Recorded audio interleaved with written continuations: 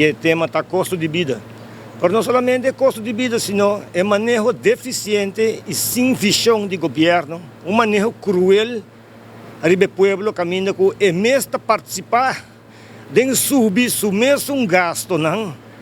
Então, foi onde está saque placa? Foi de pueblo. Foi nenhum outro caminho. Na Aruba nós temos salário mínimo. Salário mínimo está ancrado em artigo 9 de Landsverordening Minimum Loan e está 1.805,35. O governo cabe anunciar que vai subir a entrada aqui com 78,5. Aqui está representar uma subida de 4,3%. Pero CBS também acaba saca na julho aqui, seu rapport, na página 7, com a papia de nível de subsistência.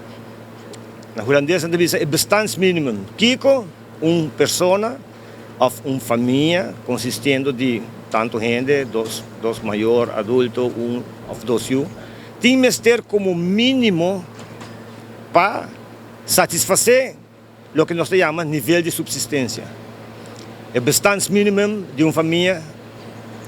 Na Aruba, a ordem bepal para CBS, kung ayaw pa sa julho, may pumustra po sa kinang,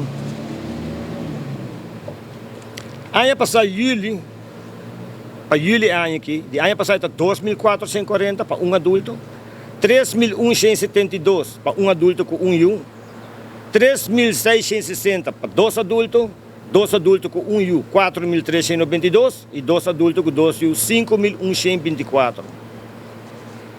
Se nós comparar essa aqui, com o qual está o minimum loan e quase o algemeen loan arriba Aruba para sobre a mais gente mesmo tem salário mínimo na Aruba, nós reparar que tem shortage de 724 florin para a pessoa, para adulto. Turismo, tá cai flat na flor, então é hora Kiko. Kiko é hora.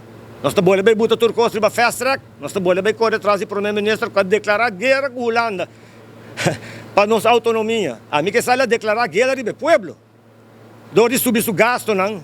Em que país deve, tem a situação que o país está no momento aqui precário, maneira mesmo de declarar, não está recuperando. A mim que está não está recuperando, não é pueblo. Compreende? Essa é a verdade.